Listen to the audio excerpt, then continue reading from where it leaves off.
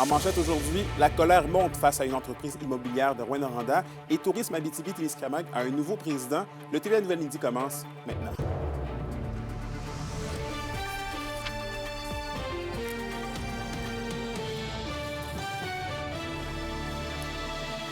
Bonjour tout le monde, ici Anthony Dallaire et bienvenue au TVA Midi. On débute le bulletin dans le monde de l'immobilier puisque l'Association des locataires de l'Abitibi-Témiscamingue ainsi que des citoyens de Rouyn-Noranda se mobilisent aujourd'hui devant les bureaux de Trilogie. Le but du rassemblement est de dénoncer des pratiques jugées possiblement douteuses de l'entreprise envers certains locataires. Un article publié la semaine dernière par Radio-Canada a mis en lumière plusieurs problématiques causées par des propriétaires. On parle de possibles hausses abusives de loyers ou encore de négligence dans l'entretien de certains bâtiments.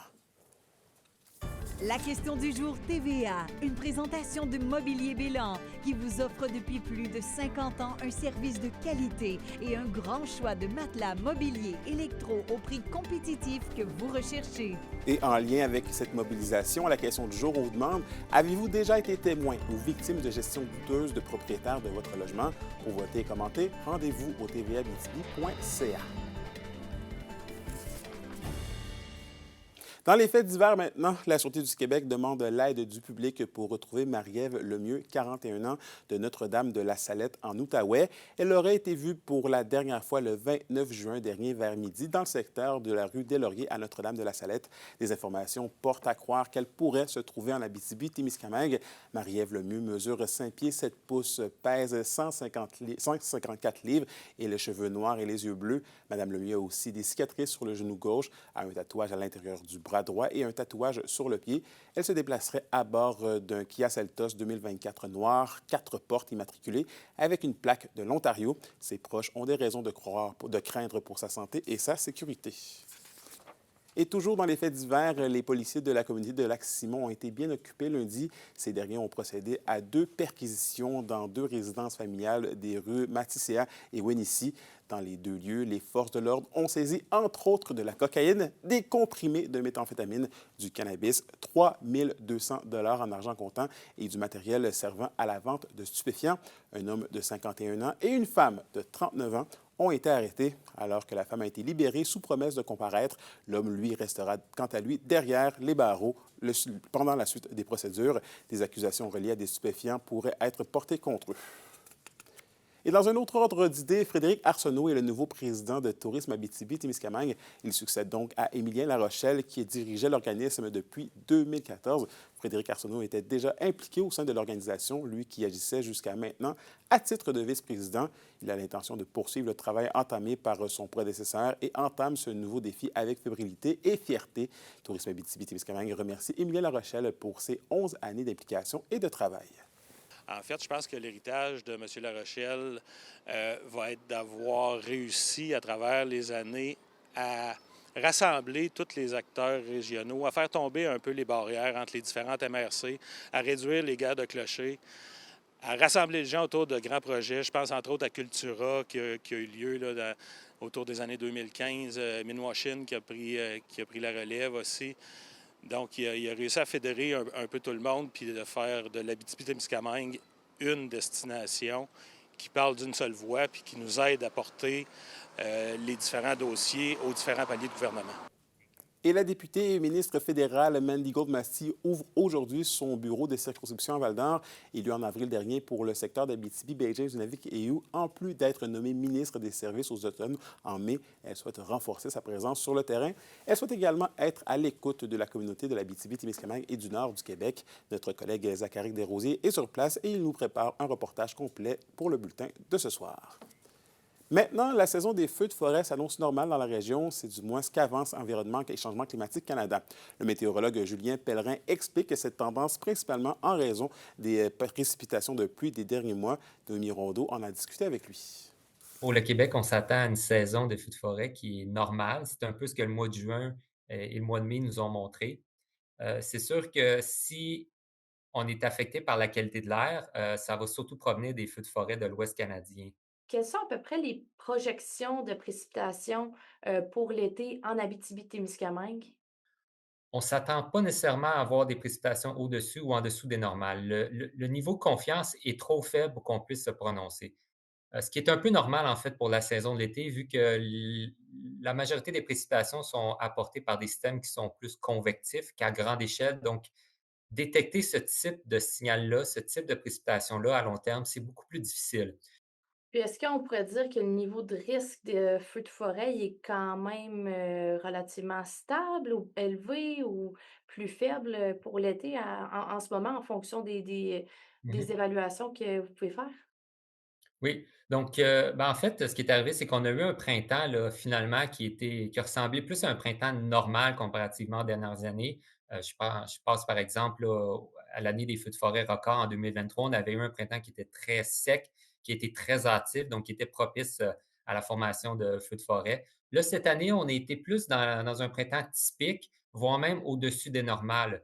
Le mois de mars a été largement au-dessus des normales en termes de précipitations, là. Certaines régions pouvaient avoir reçu jusqu'à plus de 100 millimètres de pluie comparativement à la normale. Ça a été à peu près le même scénario pour le mois d'avril. On était plus là entre 25 et 50 au-dessus des normales.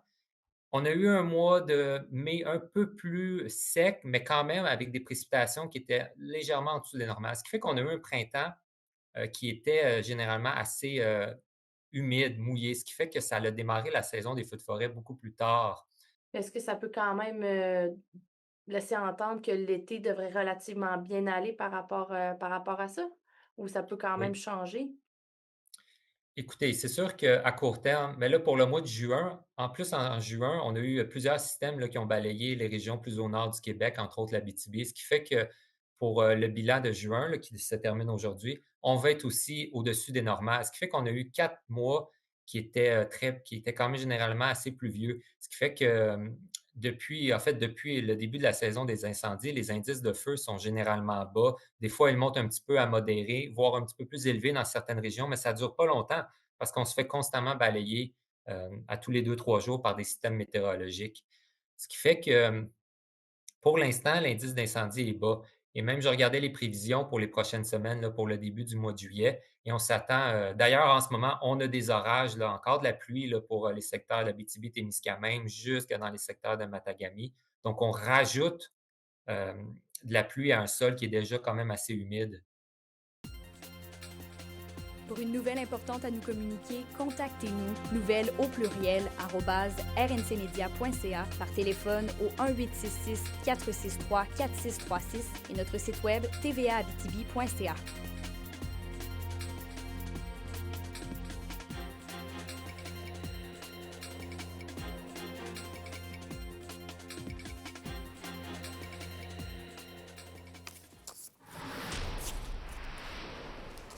Et au culturel, le gouvernement du Québec accorde une aide de près de 300 000 pour soutenir les festivals d'été et d'automne 2025 en Abitibi-Témiscamingue.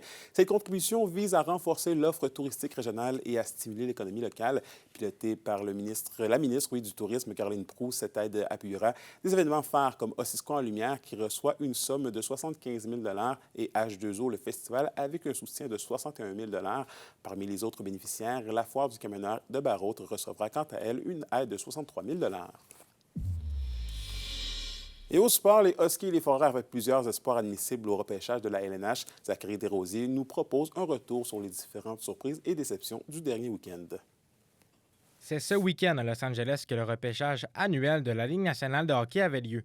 Lors de l'encan, le rêve de jouer un jour dans la Ligue nationale de hockey s'est un peu plus concrétisé pour plusieurs jeunes hockeyeurs issus des équipes juniors de la région.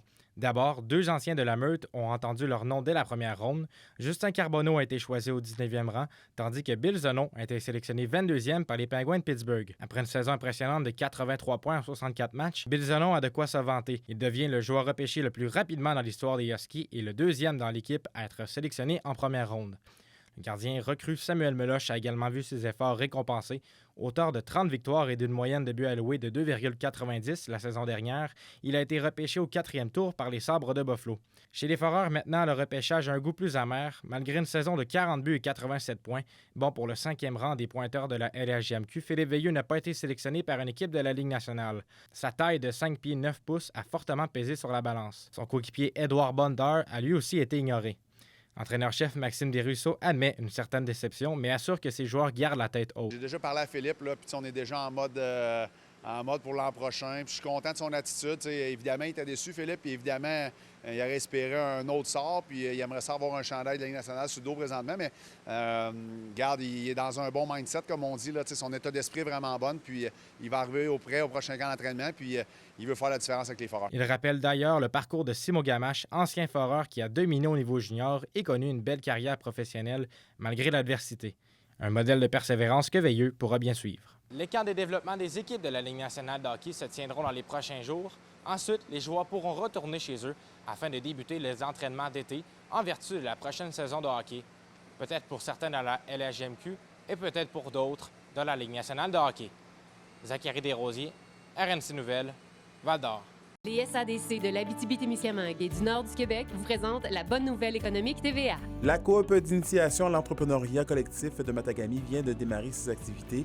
Le projet qui vise à initier 10 jeunes du milieu à l'entrepreneuriat coopératif est coordonné par la Maison des jeunes de Matagami et un comité local. L'initiative offre un espace et des ressources qui permettent aux participants de créer leur propre emploi estival. Les SADC, partenaires de l'économie de la région. Et à la météo de l'Abitibi-Témiscamingue, aujourd'hui, on prévoit une alternance de soleil et de nuages avec de la pluie au courant de l'après-midi. Maximum de 24 degrés Celsius pour l'Abitibi et de 26 degrés Celsius pour le Témiscamingue. Et pour ce soir et cette nuit, c'est de la pluie et des orages qui pourraient être violents pour tous les secteurs.